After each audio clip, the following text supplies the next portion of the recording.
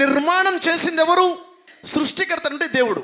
సమస్త మానవుల్ని సృష్టించింది ఎవరు అంటే సృష్టికర్త అనేటువంటి దేవుడు అనే అరబీలో అల్లాహ్ అని అంటున్నాము.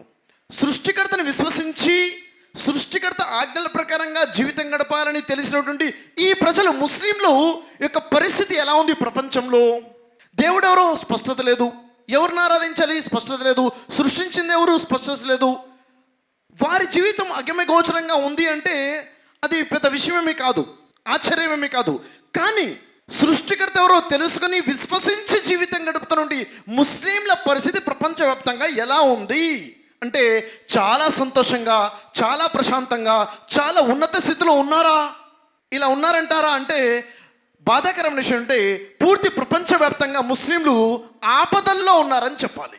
ఎలాంటి ఆపదలు ఉన్నారు, ఎంత ఘోరమైన పరిస్థితుల్లో ఉన్నారంటే ఎటు చూసినా కానీ సమస్యల వలయంలో చిక్కుకునే ఉన్నారు ముస్లిమ్స్.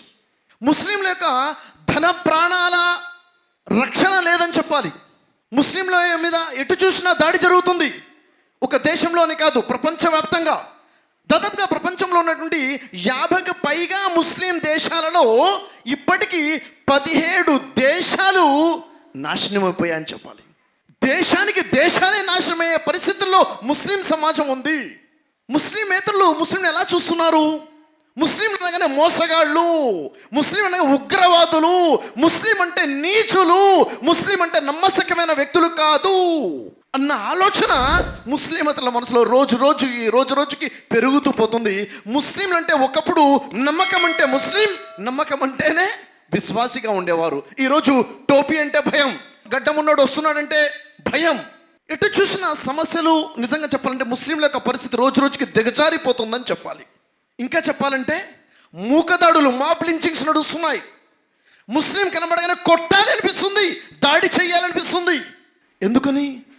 పరిస్థితులు అలా జారిపోయి. ఒకప్పుడు అజాన్ పేరు మీద ఒక దగ్గర వివాదాలు జరుగుతున్నాయి, హిజాబ్ పేరు మీద ఒక దగ్గర వివాదాలు జరుగుతున్నాయి, మాంసం పేరు మీద వివాదాలు జరుగుతున్నాయి. ఎటు చూసినా కూడా అగమ్య గోచరంగా ముస్లింల పరిస్థితులు చాలా ఘోరమైన పరిస్థితులు ఉన్నాయి. మరి ఈ పరిస్థితులు ఎందుకు ఇలా ఉన్నాయి సార్? కారణం ఏంటి? ముస్లింలను చూస్తే ఒక గౌరవప్రదంగా ఎందుకు చూడడం లేదు? ఇంత నీచంగా ఎందుకు చూస్తున్నారు? ఏంటి దీనికి రీజన్ ఏంటి? కారణం ఏంటి?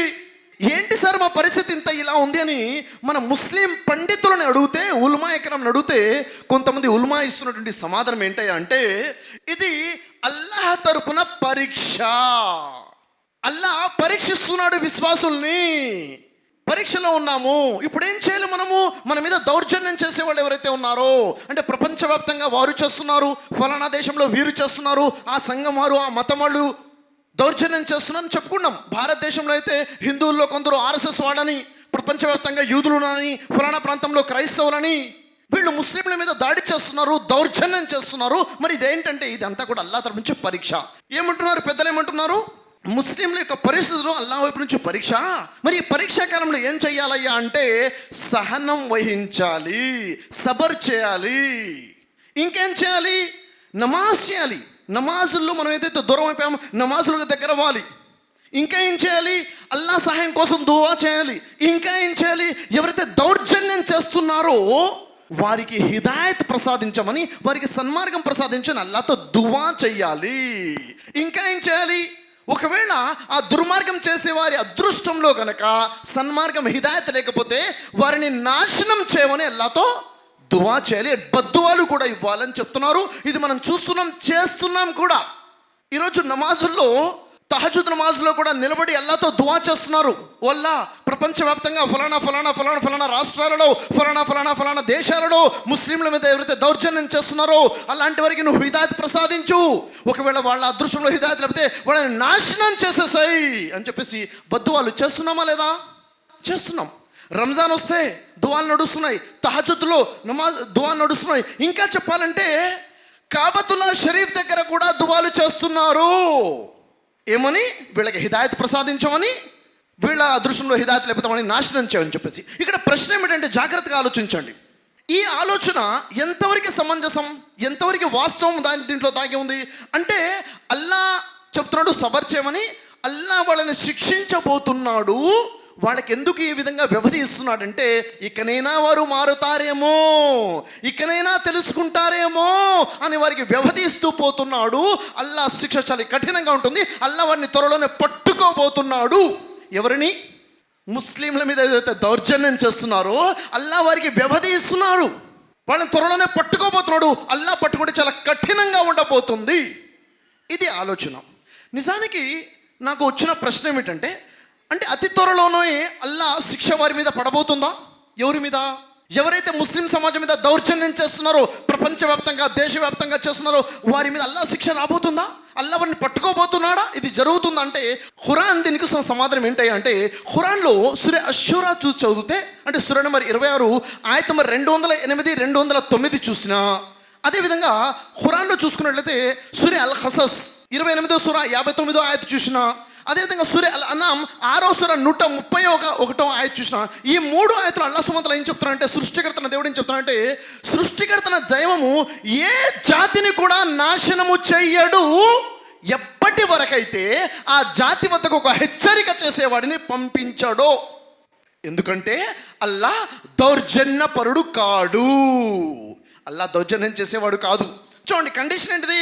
ఏదైనా ఒక సంఘాన్ని, ఏదో ఒక జాతిని అల్లా నాశనం చేయాలంటే, అల్లా యొక్క శిక్ష రావాలంటే కండిషన్ ఏంటి?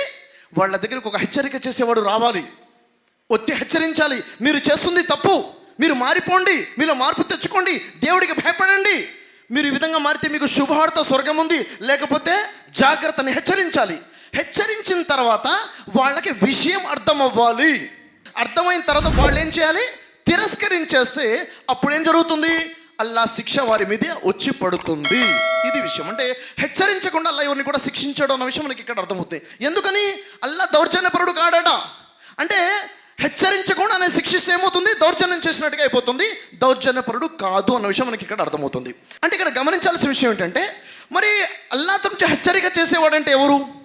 ప్రవక్తలు. అల్లా ప్రవక్తలను పంపించాడు హెచ్చరించడానికి. కానీ ఇప్పుడు చూసినట్లయితే చిట్ట చివరి ప్రవక్త ముహమ్మద్ సల్లల్లాహు అలైహి వసల్లం వారు వచ్చారు. చివరి ప్రవక్త అయిపోయారు. ఇంకా ఏ ప్రవక్త కూడా వచ్చేవారు లేరు. హెచ్చరిక చేసేవాడు కానీ శుభవార్త ఇచ్చేవాడు కానీ ఎవడూ లేడు. ఇప్పుడు ఆ పని ఎవరు చేయాలి? చివరి ప్రవక్త ముహమ్మద్ ప్రవక్తని చివరి ప్రవక్తగా విశ్వసించినటువంటి వారు మనము చేయాలి. ఆ హెచ్చరించడం అంటే దేవుడి గురించి సందేశం ఇవ్వాలి, దేవుడికి భయపడమని చెప్పాలి, దౌర్జన్యం చేయబాకండి హెచ్చరించాల్సినటువంటి పని ఎవరి మీద ఉంది? మన మీద ఉంది. ఈ పని మనం చేయాలి. మరి ఈ పని మనం చేస్తున్నామా? ఎవరైతే దౌర్జన్యం చేస్తున్నారో వాళ్ళ దగ్గరికి వెళ్ళి ధర్మం గురించి చెప్తున్నామా? సృష్టికర్తన దేవుడి గురించి వాళ్ళకి తెలియచేస్తున్నామా? ఏసారి నువ్వు చెప్తున్నామా? చెప్పడం లేదు. మరి ఎప్పుడైతే వాళ్ళని హెచ్చరించటం లేదో వాళ్ళ మీదకి అల్లా శిక్ష ఎలా వస్తుంది? అల్లా వాళ్ళని ఎందుకు శిక్షిస్తాడు? అవునా లేదా? అంటే వాళ్ళకి సన్మార్గం ఏమని మనం చెప్తున్నాం, సన్మార్గం వాళ్ళ కోసం ఏదో చెప్పే ప్రయత్నం మనం చేస్తున్నామా? అది కూడా మనం చేయటం లేదు. సో ఇక్కడ మనం గమనించాల్సిన విషయం ఏంటంటే, అల్లా శిక్ష వాళ్ళ మీదకి వస్తుంది, త్వరలోనే అల్లా వాళ్ళని పట్టుకోబోతున్నాడన్న మన ఆలోచన సరైన ఆలోచన కాదు అన్న విషయం మనకి ఇక్కడ అర్థమవుతుంది. ఖురాన్లో సూర బఖరా 159 ఆయతులు చూసినట్లయితే ఖురాన్ సందేశం ఏదైతే ఉందో ఈ సందేశాన్ని ఎవరైతే దాచిపెడతారో వారి మీద అల్లా శాపం ఉంటుందని అల్లా చెప్తున్నాడు. అల్లా ఖురాన్లో సూర బఖరాలో 140వ ఆయతులో చెప్తున్నాడు, అల్లా అప్పగించిన సాక్ష్యాన్ని దాచే వ్యక్తి కన్నా పరమ దుర్మార్గుడు ఇంకెవడు ఉంటాడు? సూర బఖరాలో 2వ సూర 174 నుంచి 176 ఆయతులు చదివితే అల్లా అంటున్నాడు ఆ ఖురాన్లో, మొదటిది మీ ఉదరాలు అగ్నితో నింపుకుంటారు, రెండోది అల్లా మీతో అస్సలే పలకరించాడు, మాట్లాడు, మూడోది అల్లా మిమ్మల్ని పవిత్రులుగా చెయ్యడు, వ్యధాభరితమైన శిక్ష ఇచ్చి ఎక్కడ భూమి మీద మిమ్మల్ని తొలగించి మీ స్థానంలో వేరే జాతిని ఉత్తమ సమాజంగా ఎన్నుకుంటాడు.